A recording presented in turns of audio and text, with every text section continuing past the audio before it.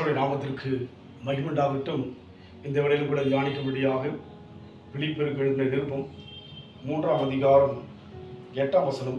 அவருடைய மாத்திரமல்வர்களை என் கர்த்தராகிய இயேசுவை அதிகமாக சொல்வதை அறிவின் மேன்மைக்காக இங்கே எல்லாவற்றையும் காரியங்களை நஷ்டம் என்று எண்ணிக்கொண்டு கர்த்தராகிய கிறிஸ்து இயேசுவை அறிகிற அறிவின் மேன்மைக்காக இந்த உலகத்தில் தேவனை அறிகின்ற காரியம் மேன்மையாக பவுல் சொல்வதை பார்க்கிறோம்.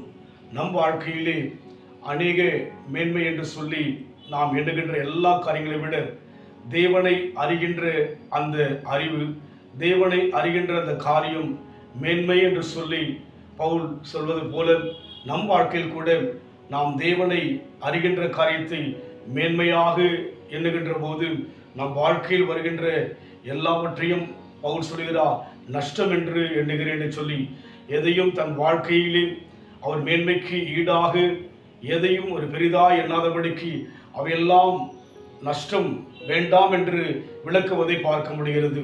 இன்றைக்கு நம் வாழ்க்கையில் கூட அவரை அறியும்படியான அந்த மேன்மைக்குள் போக அதுவே நம் வாழ்க்கைக்கு மேன்மை என்று சொல்லி நாம் நினைத்து தேவனை சமூகத்தை அதிகமாக தேடுகின்ற அந்த கிருபையை தேவ சமூகத்தில் நாம் கேட்டு பெற்றுக்கொள்ள வேண்டும். பவுல் வாழ்க்கையில் அதை பெற்றுக்கொண்டபடினால் தான் சொல்கிறார், எல்லாவற்றையும் நஷ்டம் என்று எண்ணுகிறேன். எதையுமே தேவ பார்வைக்குன்பாக மேன்மையாய் எண்ணாதபடிக்கு ஆண்டவரை மேன்மையாய் எண்ணி எல்லாவற்றையும் அவர் தள்ளி விடுவதாக நாம் பார்க்கிறோம். நம் வாழ்க்கையில் கூட எவையெல்லாம் மேன்மை என்று எண்ணுகிறோமோ அவைகளை விட்டு விலகி தேவனுக்காக நம் வாழ்க்கை வாழ நாம் ஒப்புக் கொடுப்போம்.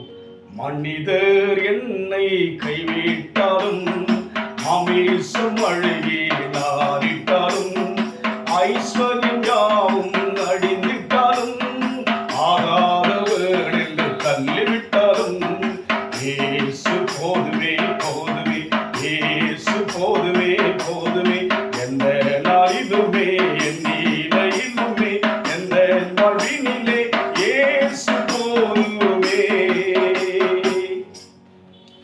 எல்லாவற்றையும் நஷ்டம் என்று பவுல் என்றது போல அன்பின் ஆண்டவரே, உம்மை அறிகின்ற மேன்மைக்காக அதுதான் எங்கள் மேன்மை என்று எண்ணும் பொழுது உலகத்தில் எதுவும் எங்களுக்கு பெரிதாய் தோன்றாதப்பா. அவையெல்லாம் எங்கள் வாழ்க்கையில் வேண்டாம் என்று எண்ணுகின்ற அளவுக்கு நஷ்டம் என்று பவுல் எழுது போல நாங்களும் அந்த அனுபவத்தில் போக தேவன் எங்களுக்கு அனுகிரகம் செய்யும். அந்த பாதை பவுல் வாழ்க்கையில் சிறந்த பாதை, அதே போல் எங்கள் வாழ்க்கையிலும் அந்த பாதையில் வர உதவி செய்யும். இயேசுவின் நாமத்தில் பிதாவே, ஆமென். கர்த்தர் ஆசீர்வதிப்பாராக. God bless you.